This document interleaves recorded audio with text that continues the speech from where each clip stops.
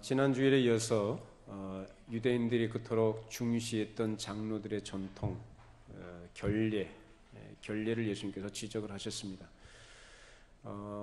손을 씻어야 음식을 먹는 이 정결 예식을 그들은 굉장히 중시했던 것은 그것이 자신들의 부정을 씻는 것이다라고 생각을 했고, 그 의식을 행함으로써 실제적인 그 정결하게 되는 효과가 있다라고 믿었던 거죠. 그러한 그들의 어리석음과 무지함을 예수님께서 지적하시고 책망을 하셨고, 이어지는 그 말씀이 이제 고르반에 관한 문제입니다. 이것도 역시 따로 별개의 주제로 말씀하신 것이 아니라 이 정결 의식과 관련해서 묶어서 예수님께서 이어서 그들의 율법주의 그리고 의식주의의 맹점들 그리고 그들의 무지함들을 예수님께서는 꾸짖으신 내용입니다. 자, 그럼 그들에게 이제 고르반 문제가 이제 주어지게 되는데, 이 문제에 있어서 역시 유대인들은 그들의 생각이 얼마나 어리석은가 하는 것, 여기서 이제 드러나게 됩니다. 자, 마가복음 7장 9절 말씀 읽어보시죠.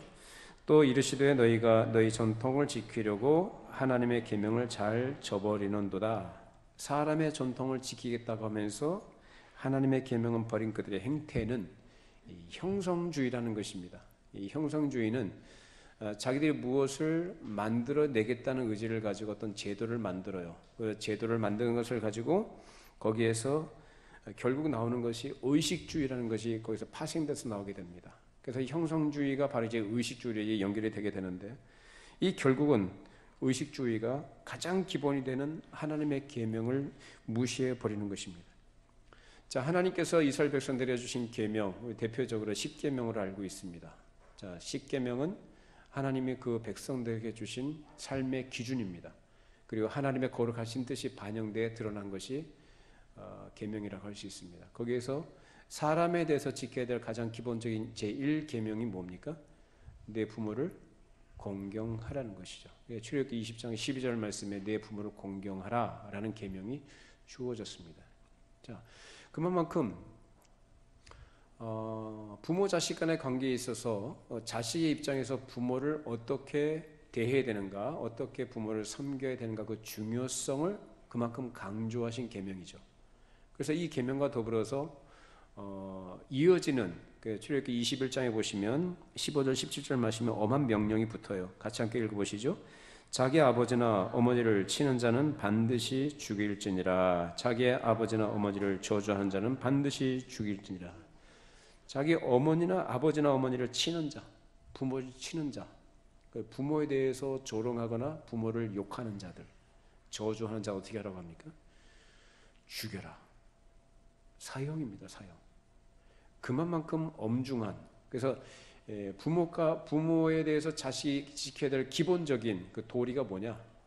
부모를 부모로 아는 거, 부모의 권위를 철저하게 인정하고 그 권위 아래 복종할 줄 아는 거예요. 그리고 부모가 어떠한 대상인지를 알고 그를 잘 섬기는 것, 이것이 바로 자식의 도리다라는 것이죠. 자, 그런데 유대인들은 이러한 하나님의 말씀을 제쳐놓고 자기들 좋은 대로 행동해버린 것입니다. 예수님이 그걸 지적하셨는데, 자, 부모가 자식에게 의존해서 살아갈 때 자식이 부모에게 해드려야 될 것들이 여러 가지가 있습니다. 자, 부모님은 자식을 낳아서 기르시면서 자기 자신의 삶을 희생을 합니다. 근데 요새는 뭐 결혼도 안 하려고 하고 자식도 안 낳으려고 하는 건 상당히 이기적인 겁니다. 그건 전혀 예수 믿는 신자로서 정당한 자세나 정신 상태가 아니에요. 성경의 원리를 따라서 우리들은 말씀을 따라서 살아가야 되는 줄로 믿습니다. 자, 그 중에 하나가 뭐냐면 부모 자식 간의 관계라는 것을 얘기할 때, 부모가 자식을 낳아서 기르고 양육하고 희생을 해서 그렇게 키워놨으면 자식은 어떻게 됩니까? 그 부모에 대한 감사가 있어야 되는 것이고 부모를 섬기는 것이 마땅한 도리다라는 거예요. 자, 그런데 이 부모가 이제 자식을 의존해서 살아간다는 것은 이제 연로하고 병들거나 경제력이 없어지게 되면 그때는 이제 자식이 어떻게 됩니까? 부모님에 대해서 뭘 해드려야 되죠? 부모님께 물질도 해드려야 되고 돈도 드려야 되는 것이고, 그것뿐만 아니라 어떻게 됩니까? 그 부모님 마음을 편하게 해드리는 것이 가장 큰 효도인 줄로 믿습니다. 부모 마음을 편하게 해드리는 거예요. 돈도 좋고 다 좋아요. 그런데 부모 마음이 불편하면 어떻게 됩니까? 안 하느니만 못한 거죠. 그러니까 부모 마음을 가장 편하게 해드리는 것이 제일 큰 효도인 줄로 믿습니다. 그래서 부모만 편하게 드리는 것뿐만 아니라 또 부모님이 나이 들고 또 병들게 되면 어떻게 돼요? 연로하신 부모님 건강을 위해서, 그 건강을 회복을 위해서 자식으로서 할 수 있는 것을 다 해드리고, 또 병이 있으면 병 수발도 들어드리고 그런 거죠. 그것이 너무나 당연한 것이고 정당한 부모가 받아야 될 대접이다라는 것입니다. 근데 오늘날 그 유대사회, 예수님 당시 유대사회뿐만 아니라 오늘날 어떻습니까? 오늘날 분위기는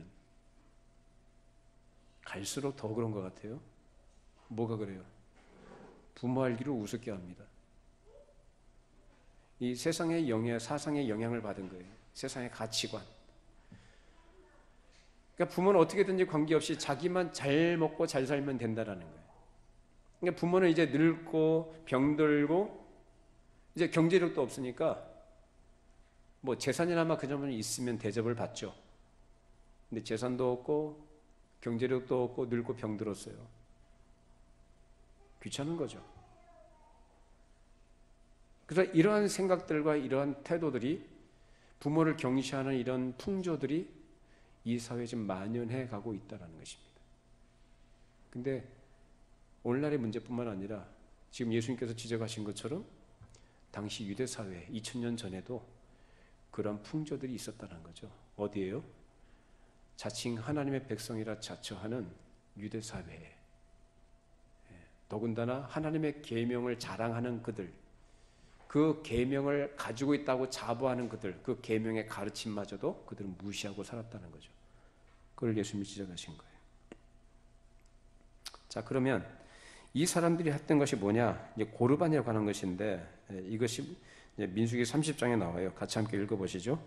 모세가 이스라엘 자손 지파의 수령들에게 말하여 이르되 여호와의 명령이 이러하니라. 사람이 여호와께 서원하였거나 결심하고 서약하였으면 깨뜨리지 말고 그가 입으로 말한 대로 다 이행할 것이니라. 민수기 30장은 서원과 서약에 관한 규례들에 대해서 가르치는 말씀들입니다.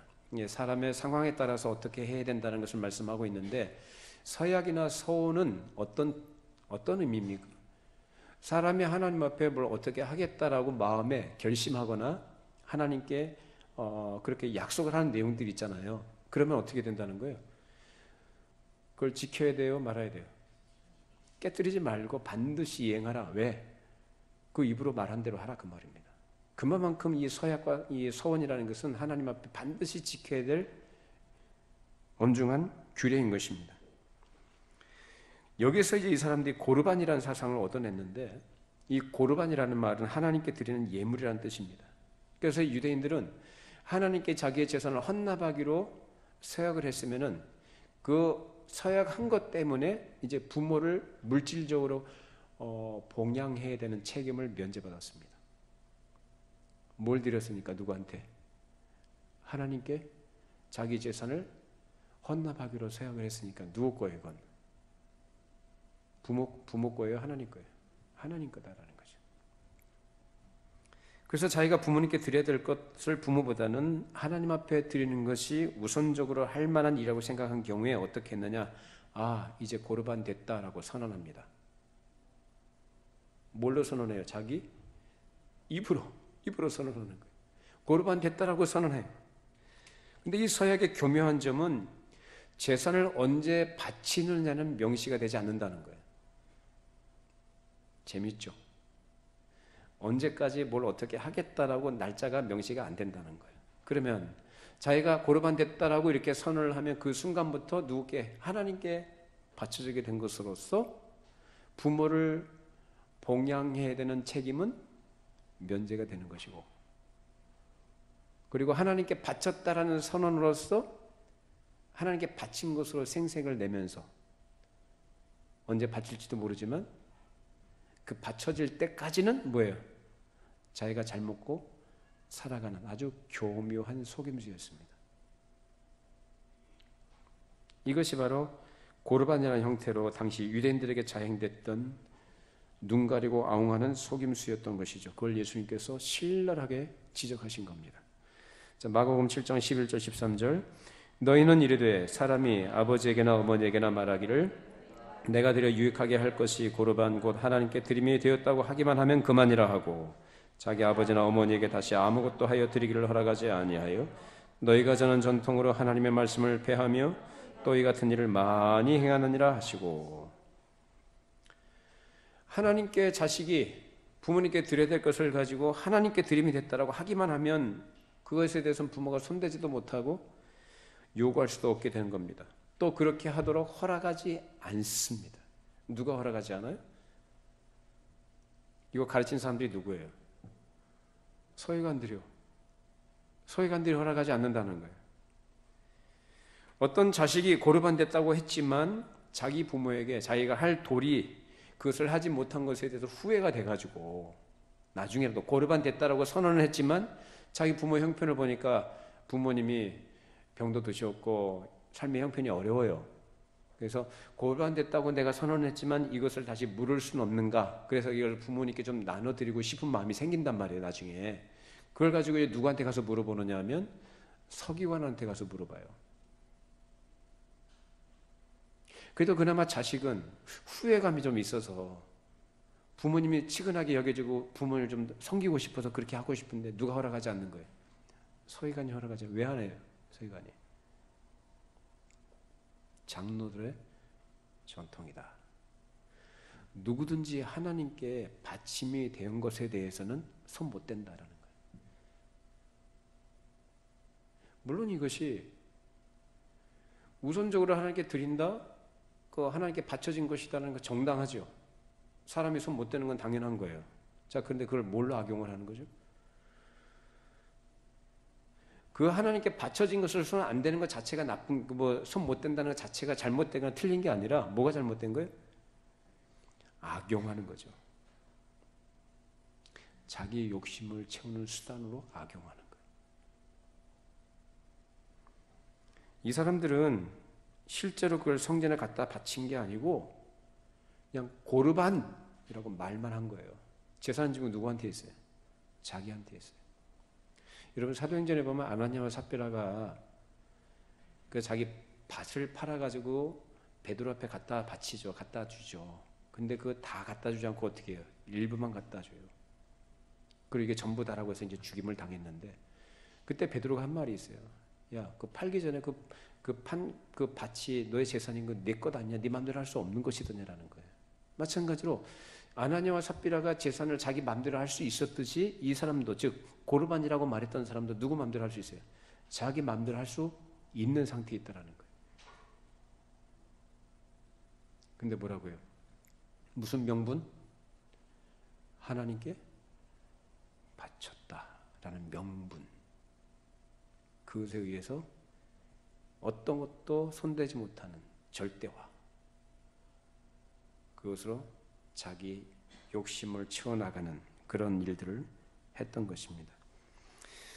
그래서 누구에게 도덕적인 의무로서 주어야 될 것을 안 주려고 할 때도 역시 이건 고르반돼서라는 이유로 마땅히 줘야 될 것, 줘야 될 도덕적 의무가 있음에도 불구하고 뭘 핑계로? 하나님 거야. 하나님께 드렸어 이미 라고 해서 안 줘버리는 거예요. 지금 이 사람들이 얼마나 참 치졸하고 얼마나 교활하게 이 고르반 사상을 악용하고 있는지 아시겠죠? 예수님이 그걸 지금 갈파하신 겁니다. 그래서 예수님이 유대인들이 그토록 중시하는 손을 씻는 전통적인 결례와 묶어서 이것을 지적하신 것이죠. 너희가 식사 전에 손을 씻는 이유는 정결을 상징하는 것인데 그 율법이 요구하는 것은 너희의 범죄와 사악한 마음을 깨끗이 하라는 것이 아니냐. 그런데 너희는 그렇게 그걸 가지고 어떻게 하는가?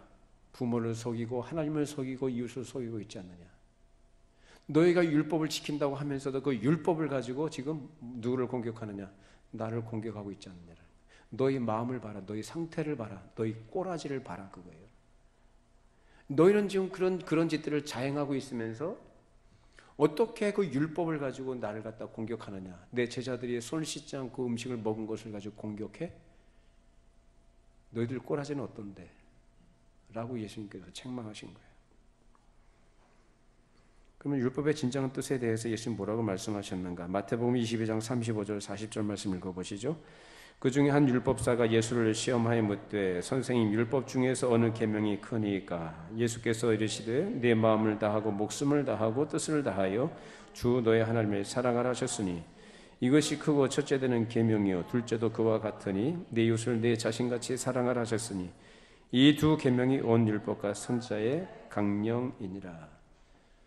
자, 율법의 모든 내용은 하나님을 사랑하라, 이웃을 사랑하라 합니다. 그런데 죄인된 인간이 어때요? 하나님 사랑합니까? 하나님을 사랑한다고 우리는 고백을 해요. 자, 근데 뭐라고 합니까?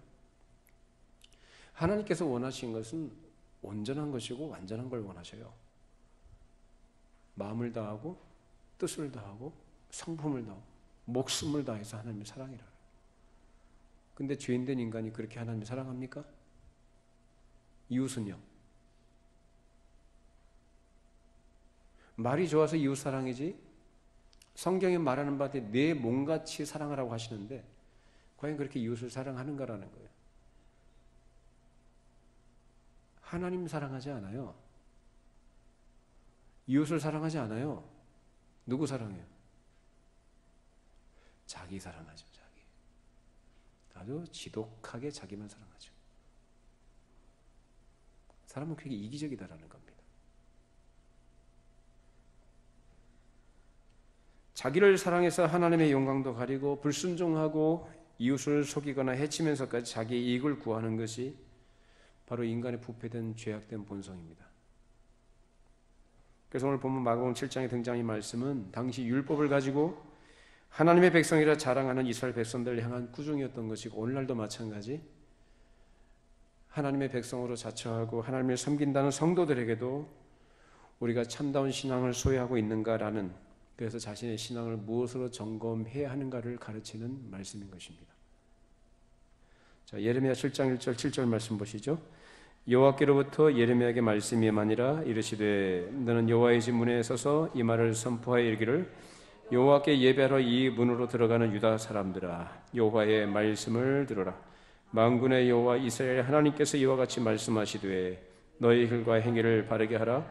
그리하면 내가 너희로 이곳에 살게 하리라. 너희는 이것이 여호와의 성전이라 여호와의 성전이라 여호와의 성전이라 하는 거짓말을 믿지 말라. 너희가 만일 길과 행위를 참으로 바르게 하여 이웃들 사이에 정의를 행하며 이방인과 고아와 과부를 압제하지 아니하며 무죄한 자의 피를 이곳에서 흘리지 아니하며 다른 신들을 뒤를 따라 화를 자초하지 아니하면 내가 너희를 이곳에 살게 하리니 곧 너희 조상에게 영원 무궁토로 준 땅이니라. 자, 이스라엘 백성들이 그 스스로 자기가 하나님의 자녀가 됐다, 우리가 하나님을 섬긴다라고 하는 것, 그러면서 지금 뭐 하고 있습니까?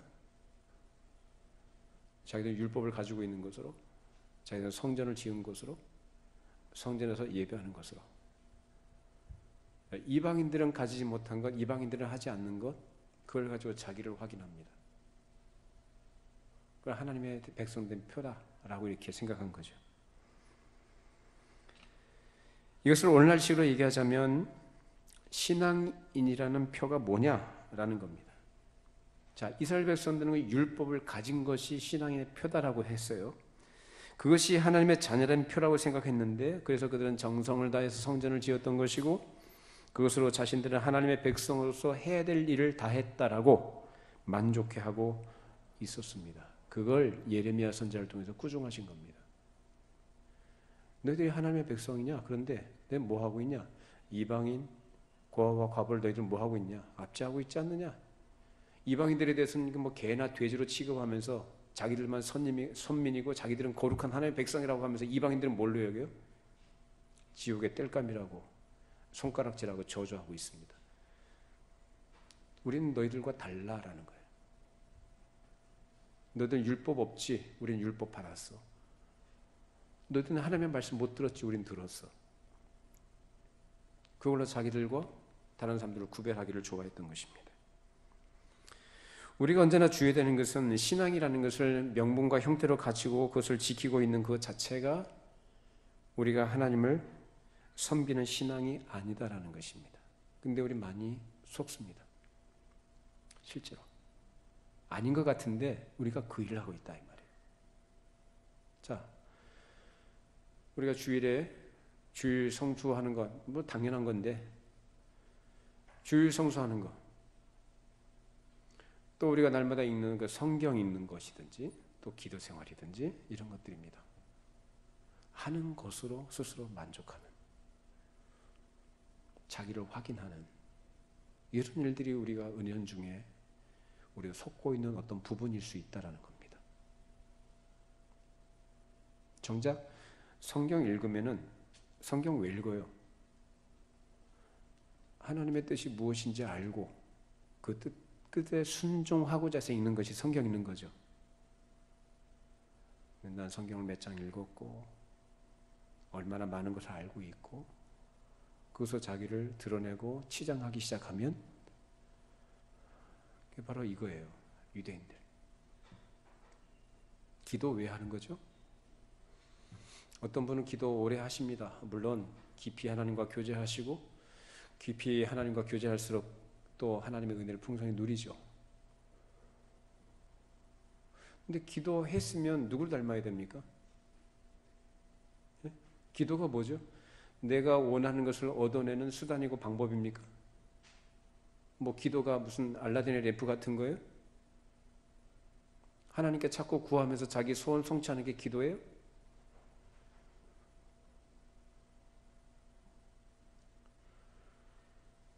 기도는 하나님의 뜻에 굴복하는 태도입니다. 하나님의 뜻을 구하고 그 아래 복종하고자 하는 것이 기도입니다. 예수님이 그걸 보여주셨죠. 내 뜻대로 마시고 아버지의 뜻대로 되기를 원하나이다. 자기를 굴복시키는 것이 기도예요. 자, 그럼 누구 닮아야 되죠? 하나님을 닮아야죠. 그러니까 기도 많이 할수록 누구 닮아야 되냐? 하나님 닮아가는 것이 정상이에요. 근데 기도를 많이 했는데 하나님이 전혀 닮는 것이 없고 그것으로 자기 만족감에 빠지거나 자기 의의를 드러내거나 다른 사람을 정죄하고 비판하는 것으로 나타난다면 그거 잘못된 거죠. 그 기도 뭐하러 합니까?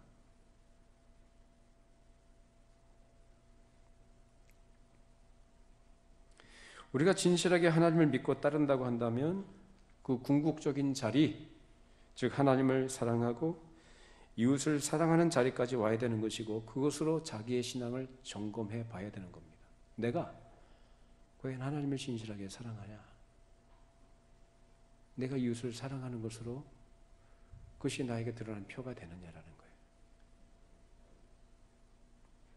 내가 교회에 얼마나 오래 출석했으며 무슨 직분을 받았으며 얼마나 많은 기도와 예배에 참석했으며 얼마나 주일 성수를 잘했고 11조를 드렸으며 얼마나 큰 열심으로 많은 일을 해왔는가가 아니고, 내가 정말 하나님을 사랑하는 마음과 믿음으로 했느냐, 그리고 이웃을, 우리 지체들을, 교회를 사랑하는 마음으로 했느냐라는 것을 점검하시라 그 말입니다.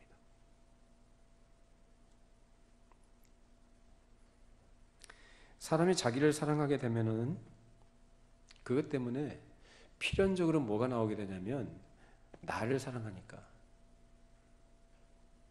다른 사람에 대해서 불의를 행하게 돼 있고 악을 저지르게 돼 있습니다. 그게 사람입니다.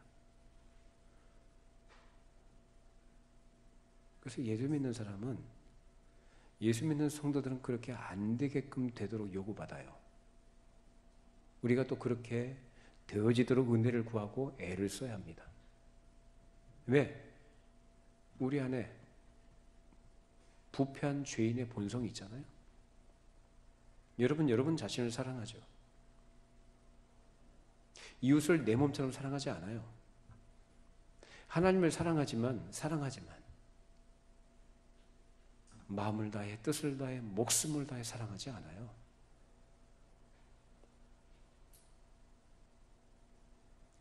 그런 우리지만 예수 믿는 믿음 주셔서 믿음 안에서 하나님께서 우리를 의롭다 하신 줄로 믿습니다. 예수밖에 없어요. 그래서 예수밖에 없다고요. 그게 복음이에요. 예수님이 그게 복음이에요. 그 예수님을 꼭 붙드시기를 바랍니다. 예수 믿는 거죠. 그래요.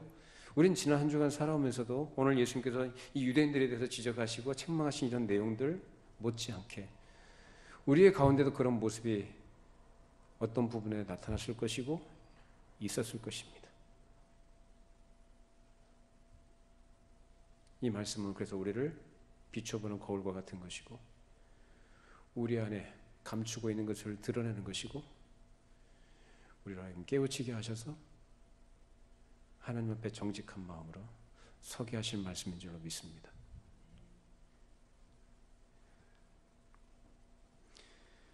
사람이 자기 이익을 위해서 자기 유익과 자기 만족을 위해서 다른 사람의 불의와 악을 행하는 이런 것들은 세상 사람들에게는 정상적인 것이고 그 사람들이 아무 문제가 아니에요.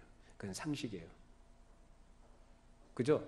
명문화되어 있는 법만 안 어기면 되는 거예요. 근데 불법을 교묘하게 악용을 하면서 그 법을 피해가면서 악을 저지르죠. 그런 것은 세상 사람들이 하는 것이고 그것은 예수를 믿는 성도들이 할 바가 아니다라는 거예요. 그건 참 신앙의 모습이 아니다라는 것입니다. 근데 오늘날 한국교회에 대한 이 세상의 평가는 아주 냉정합니다. 아주 차갑습니다. 예수 믿는 사람들이 어떻게 그렇게 이기적이냐.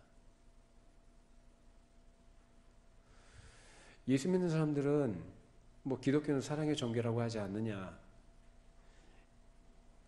세상 사람들도 다 알아요. 기독교는 사랑의 종교라고.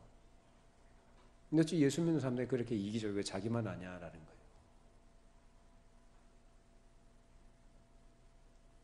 우리가 이건 좀 깊이 생각을 해봐야 됩니다.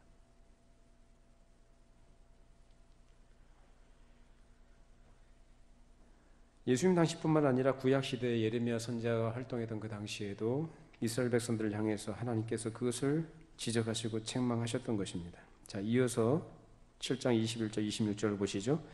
만군의 여호와 이스라엘 하나님께서 이와 같이 말씀하시되 너희 희생제물과 번제물의 고기를 아울러 먹으라.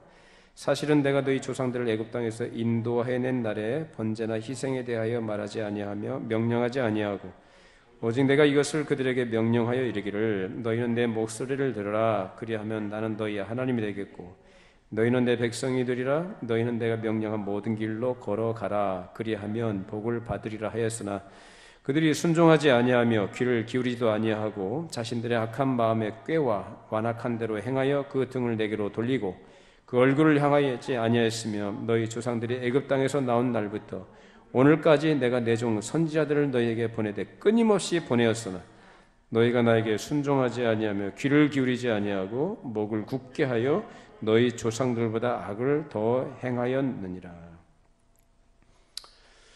여러분 성경에서 보면은 여기도 이스라엘 백성들이 하나님께서 원하시는 게 뭔가 분명히 드러납니다. 하나님께서 우리에게 원하신 것도 마찬가지예요. 하나님께서 이스라엘 백성들에게 원하셨던 것이 뭐였습니까? 성전 지으라고 했어요? 건축하라고 했어요 하나님이? 내가 그걸 원한다고 하셨어요? 희생제물 많이 갖고 오라고 하셨어요 하나님이?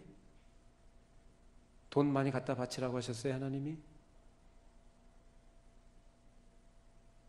그런 건 말하지 않아요. 뭘 말씀하십니까? 순종하라는 거예요. 내 말 좀 들어라. 내 말 들어라.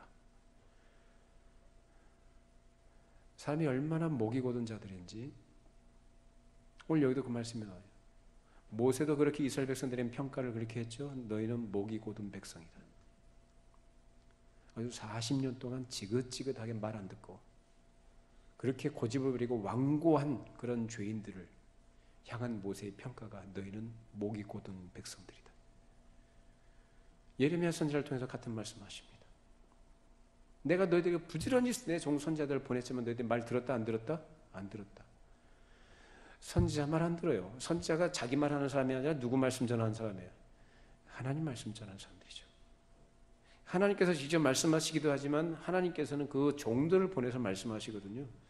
근데 사람들은 그 선지자를 우습게 알아요. 말 안 들어요. 자기 하고 싶은 대로 합니다. 순종하면 하나님의 자녀가 되는 것으로 또 하나님이 함께 하시고 하나님이 복을 주시는 것으로 말씀하십니다. 그러면 하나님의 말씀을 우리가 순종해야 되는 것은 내가 복을 받기 위해서거나 하나님이 약속하신 것을 누리기 위해서 순종하는 거냐라는 거예요. 여러분 이런 식으로 하게 되면 우리 하나님 앞에 설 자 아무도 없습니다. 그런 신명기적 하나님에 대한 기대가 있나요? 신명기적 하나님에 대한 신뢰가 있나요? 그러면 여러분 다 죽어야 돼요. 왜? 말씀에 순종하면 복, 불순종하면 뭐예요? 죽음이에요. 순종한 사람 누가 있어요? 다 자기 잘난 맛에 살고 자기 고집대로 살기를 좋아하지 누가 순종해요?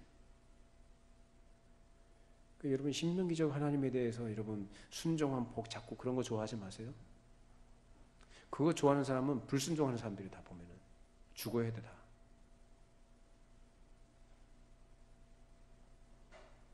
하나님은 복을 약속하시고 잘되게 해주시겠다고 형통케 하시겠다고 약속하신 모든 것들은 뭐냐면 우리로 하여금 우리를 위로하시고 우리를 격려하시고 우리로 하여금 분발케 하시기 위한 하나님의 사랑의 표현인 줄로 믿습니다. 순종하는 것 자체가 복인 줄 아십니까? 순종할 줄 아는 게 그게 은혜라는 거 아십니까?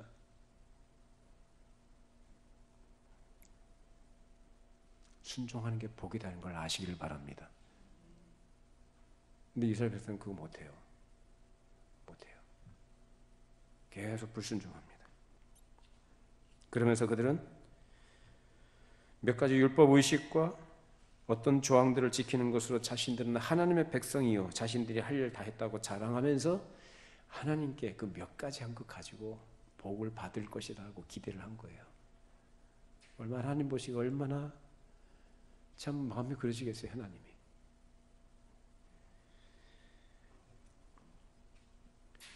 하나님께서 그들에 대해 말씀하신 것은 너희들이 순종한다고 했지만은 그건 순종한 거 아니다. 너희들 불순종했다. 너희들은 다 했다고 하시면 너희들이 한 것이 뭐냐라고 지적하십니다. 사람이 종교적 형식주의와 의식주의에 함몰되게 되면 필연적으로 자기의 자랑과 만족에 빠지게 됩니다. 필연적입니다. 형식주의와 의식주의에 빠지게 되면 결국 거기서 나오는 게 뭐가 드러나요? 자기가 뭘 했고 자기가 뭘 했고 나는 어떤 사람이다라는 거예요. 교만한 거죠. 은혜가 뭔지 모르는 거예요. 오늘날 우리는 어떻습니까? 우리가 자랑하는 건 뭡니까? 내 스스로 만족해하고 있는 부분들은 뭡니까? 나를 근거로 해서 나오는 그 어떤 것이라 할지라도 그것으로 우리가 스스로 자랑하고 있거나 자기 스스로를 위로하거나 만족하고 있다면 오늘 예수님의 책망과 지적이 바로 나에 대한 말씀인 것입니다. 우리가 자랑해야 되는 것은 하나밖에 없어요. 뭘 자랑해야 돼요? 십자가만 자랑하시기 바랍니다. 십자가밖에 없어요. 그럼 무슨 얘기냐? 십자가가 아니었다면 하나님께서 그 아들을 매달아 죽이신 십자가가 아니었다면 그 방법이 아니었다면 어느 누구도 살 자가 없었고 하나님 앞에 나아갈 자가 없었다는 겁니다. 우리가 자랑해야 되는 것은 바로 그거예요. 하나님께서 우리에게 베풀어 주신 그 구원의 은혜, 십자가로 나타난 하나님의 사랑, 우리를 기꺼이 용서하시고 그의 자녀 삼아주시기를 기꺼이 하셨던 그 하나님, 그 은혜만 자랑하는 겁니다. 자, 에베소서 2장 8절 9절 말씀. 너희는 그 은혜에 의하여 믿음으로 말미암아 구원을 받았으니 이것은 너희에게서 난 것이 아니요 하나님의 선물이라. 행위에서 난 것이 아니니 이는 누구든지 자랑하지 못하게 함이라. 너희는 그 은혜에 의하여 믿음으로 말미암아 구원을 받았다. 여러분 구원받은 것은 믿음으로 구원받았죠? 그렇죠? 믿음으로 구원받은 줄로 믿습니다. 믿음으로 구원받았는데 그 믿음은 뭐라고 해요? 그 은혜에 의하여라고 했습니다. 그 믿음이 나로부터 난 것도 아니고 내가 잘 믿어서거나 내 믿음이 좋아서 그것이 조건에서 구원받은 게 아니고 뭐예요? 은혜로 주어진 선물이다라는 거예요. 왜 은혜를 얘기하냐? 그 누구도 자기 행위로 구원받았다느니 어쩌느니 자랑하지 못하게 하려고요. 사람에게는 어떠한 자랑할 만한 근거나 조건이 전혀 없습니다. 우린 다 주고 마땅한 죄인들이에요. 영원한 형벌에서 벗어날 수 없었던 죄인들이었어요. 근데 이제 벗어난 죄인들이에요. 이제 누구 때문에? 예수님 때문에. 의인이죠. 내가 의인이기 때문에 의인이 아니라 하나님께서 의롭다고 인정해 주셨기 때문에 의인이에요. 난 여전히 죄인이에요. 내 안에 더러운 게 가득 차 있고 도무지 선한 게 없으며 율법의 요구를 따라서 내가 하나님을 사랑하지도 않고 이웃을 사랑하지도 않아요. 그런데 우린 그렇게 살도록 요구받죠. 그렇게 하도록 그렇게 해야죠. 그러나 아무리 애를 써도 안 됩니다. 흉내는 조금 내지만 안 됩니다. 그러니까 예수님이 우리에게 구원자가 되시는 것이 마땅한 것이고 절대적인 근거가 되는 것입니다. 그 예수님만 꼭 붙드시기를 바랍니다. 예수님만 나의 모든 것 되신다라고 그래서 고백할 수밖에 없는 거예요. 구원받은 사람이 자기 자랑과 우울의식에 빠지면 그것이 그 인생을 망하게 하는 것이고 신앙상에 있어서 굉장히 치명적인 손상을 가져오게 됩니다. 아주 실패해요. 자기 자랑하고 우월의식이요.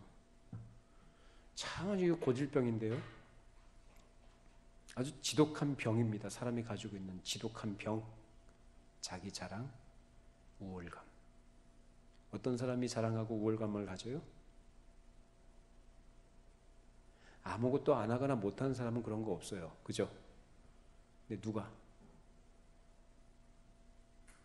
뭘 좀 한다고 하는 사람들이. 저는 그런 사람 많이 봐왔어요. 뭘 좀 한다고 하는 사람들이 자기 자랑하고 그리고 우월감. 자기를 드러내고 자기를 확인하고서 자기 표로 드러내기를 좋아하면서 그거 안 하고 못하고 못 따르는 사람 뭐라고 해요? 그들보다 내가 더 나은 자다. 그러면서 다른 사람을 정죄합니다. 다른 사람 비판합니다. 너 왜 안 해?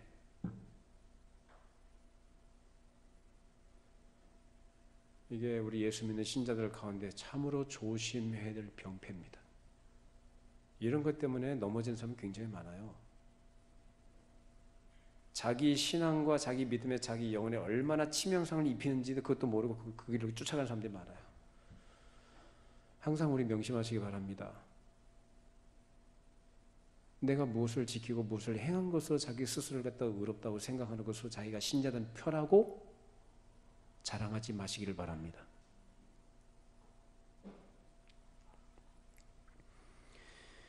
어느 누구도 똑똑하고 잘나서 구원받은 것도 아니고 어느 누가 자격을 갖추어서 하나님의 일을 하는 거 아니에요. 목사인 저도 마찬가지예요. 제가 무슨 자격이 있어서 여러분 앞에 서서 또 교회 또 목사로서 그 목사도를 하겠습니까? 저 아무 자격 없는 사람이에요.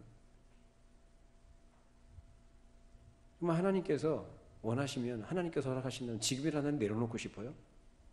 그냥 평범하게 여러분들처럼 그냥 신앙생활하면 좋겠어요.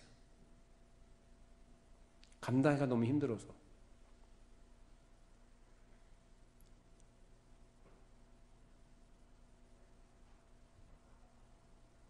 여러분 가운데도 좀 똑똑하신 분이 계실 것이고 어떤 면에서 더 탁월한 면이 있으신 분이 있겠죠. 그러나 여러분 그것은 여러분이 생각을 바꾸셔야 돼요. 내가 똑똑하고 내가 뭐 잘나서 구원받거나 하나님의 일을 하거나 교회를 섬기는 거 아니에요. 하나님께서 우리에게 은혜를 주신 줄로 믿습니다. 은혜로 하는 겁니다. 왜 은혜를 주셨을까요? 왜? 불쌍하니까. 불쌍하니까 주신 거예요. 은혜. 이뻐서 은혜 주신 거 아니에요. 불쌍하니까 주신 거예요. 그걸 아셔야지. 그걸 알아야죠. 그것도 모르고 이스라엘 백성들처럼 율법 주시니까 특별한 은혜를 경험하게 하시니까 마치 자기들보다 잘난 줄 알고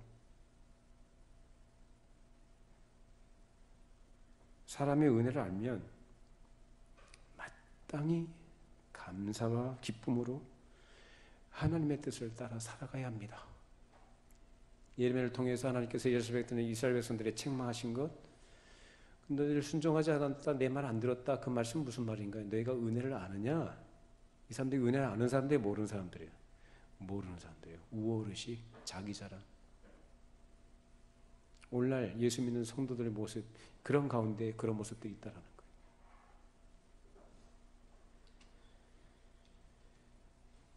우리가 은혜를 아는 자로서 은혜를 경험한 자라면 마땅히 마음을 낮추고 겸손히 하나님을 사랑하고 이웃을 사랑하는 기본적인 그러한 정신을 따라서 살아가려고 애를 써야 되고 은혜를 구해야 됩니다. 그것이 우리에게 요구하신 율법의 요구입니다. 자, 빌립보서 2장 1절로 8절 말씀 읽어보시죠. 그러므로 그리스도 안에 무슨 권면이나 사랑의 무슨 위로나 성령의 무슨 교제나 긍휼이나 자비가 있거든 마음을 같이하여 같은 사랑을 가지고 뜻을 합하며 한 마음을 품어 아무 일에든지 다툼이나 허영으로 하지 말고 오직 겸손한 마음으로 각각 자기보다 남을 낫게 여기고 각각 자기 일을 돌볼 뿐더러 또한 각각 다른 사람들의 일을 돌보아 나의 기쁨을 충만하게 하라. 너희 안에 이 마음을 품으라. 곧 그리스도 예수의 마음이니 그는 근본 하나님의 본체시나 하나님과 동등됨을 취할 것으로 여기지 아니하시고 오히려 자기를 비워 종의 형체를 가지사 사람들과 같이 되셨고 사람의 모양으로 나타나사 자기를 낮추시고 죽기까지 복종하셨으니 그 십자가에 죽으심이라. 자, 여기 보면 강조하는 게 뭐냐면 조심해야 될 것과 우리가 마땅히 해야 될 것에 대해서 말씀하고 있습니다. 자, 1절 다시 보시면 그러므로 그리스도 안에 무슨 권면이나 사랑의 무슨 위로나 성령의 무슨 교제나 긍휼이나 자비가 있거든이라고 말합니다. 이거 열고 된 것들 신령하고 좋은 것들이죠. 그렇죠? 신령하고 좋은 것들이죠. 나쁜 거 전혀 아니에요. 그렇죠? 이런 것들이 있을 때 뭐라고 하는 거예요? 조심하라는 얘기예요. 이런 거 있을 때 조심하라. 너희들이 된 줄로 생각하느냐? 너희들이 그런 것들이 있다고? 너희들 안에 이런 것들이 이런 특징들이 나타난다고? 너희들 스스로 만족하고 있느냐? 종교적 만족감에 빠져가지고 나 이런 사람이야 자랑하지 말라는 거예요. 그 은혜를 누리면 은혜를 경험했으면 더 낮아져야지. 더 겸손해야지 사람이.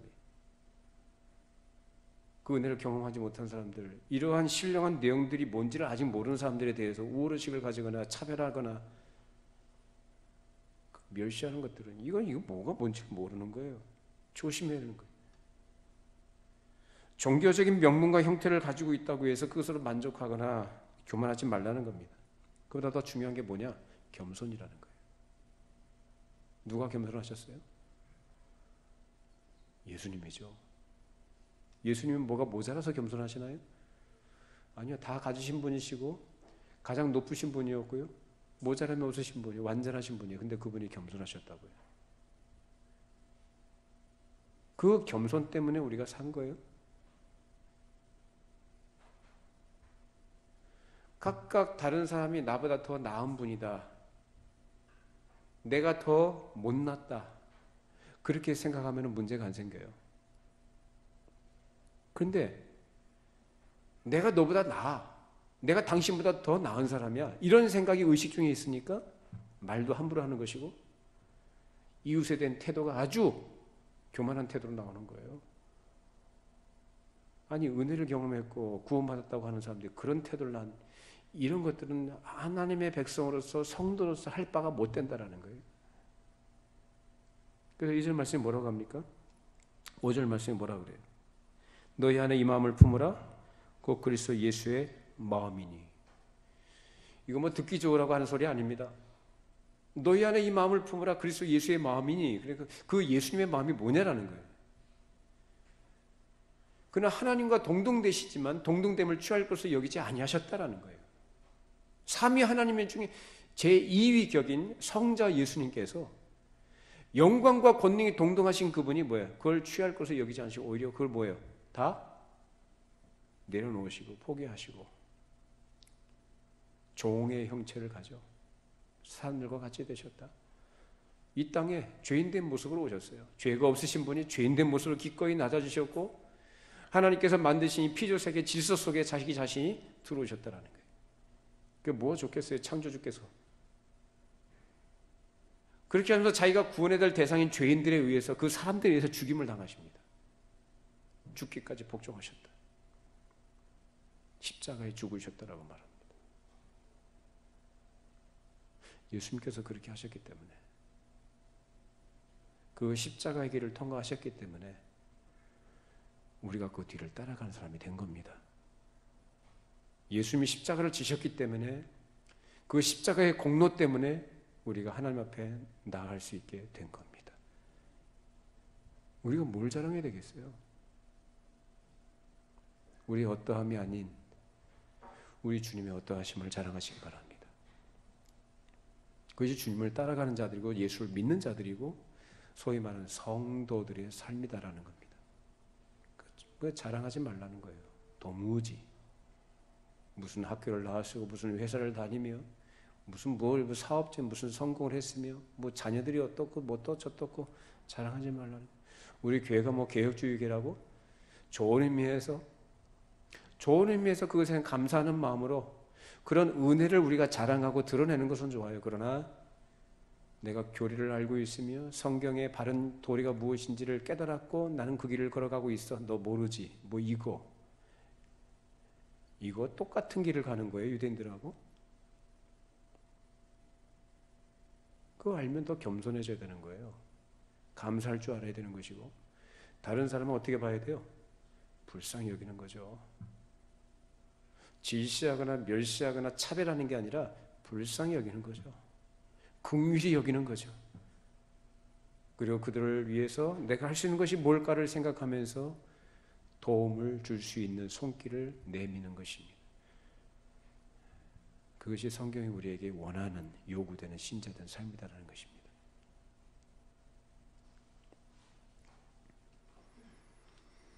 그러므로 우린 예수를 믿는 신자로서 십자가를 통과한 사람으로서 그리고 십자가 길을 가야 되는데 우린 예수님께서 지신 십자가 덕분에 이 길로 들어올 수 있었으며 하나님을 섬길 수 있는 특권을 누리게 된 것입니다. 그리고 이 십자가의 길은 늘 기쁨과 희열만 있는 것이 아니라 감격과 감동만 있는 것이 아니라 아픔이 있고 눈물이 있고 갈등도 있고 힘든 여정들이 있어요. 예수님 말씀하셨잖아요. 좁은 길과 넓은 길을 말씀하셔요. 그리고 예수님께서 직접 그 길을 걸어가셨어요. 좁은 길로. 하신 말씀이 너희가 나를 따라올래? 그럼 너를 부인해라. 그리고 나를 따르라. 십자가를 지고 나를 따르라 말씀하십니다. 무슨 감동도 있죠. 은혜에 대한 감사, 사랑 때문에 희열도 있죠. 그러나 십자가를 지고 따라간다는 게 쉽지 않습니다.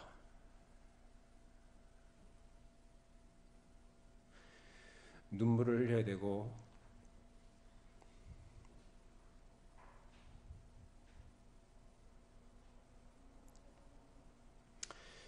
갈등과 몸부림이 있어요.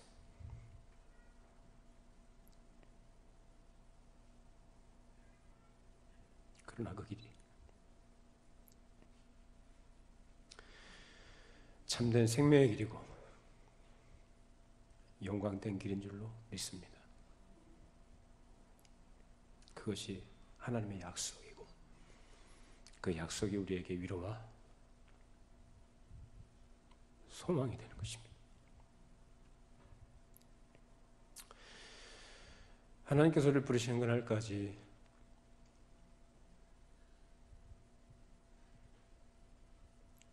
우리를 부르신 은혜에 합당한 하나님의 사람으로 우리에게 주어진 시간들, 여정들을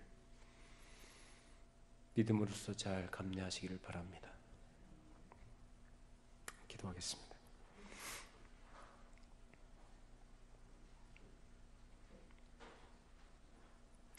하나님 아버지 감사합니다. 아무짝에도 쓸모없는 죄인들을 쓸모있는 하나님의 백성으로 불러주셔서 그 영광을 알게 하시고 그 영광을 바라보는 소망 가운데 우리에게 주어진 삶을 주의 뜻을 따라 어떻게 살아가야 되는지 말씀을 통해 깨우쳐 주심을 감사드립니다. 주님, 저희들에게 베푸신 은혜가 헛되지 아니하여 하나님의 거룩하신 뜻이 이루어지는 일에 우리의 삶이 그렇게 복되게 쓰여지기를 원합니다. 주님, 우리 마음에 그 은혜를 아는 하나님의 백성으로서의 감사와 감격과 겸손함으로 우리의 삶이 하나님의 선하신 뜻이 이루어지는 삶이 되게 해주시고 하나님의 영광이 우리의 삶을 통해 우리 교회를 통해 증거되어지고 드러나도록 성령님 저희들을 주장하시고 다스려 주시고 우리에게 풍성하신 은혜를 허락하여 주시옵소서. 예수님의 이름으로 기도합니다. 아멘.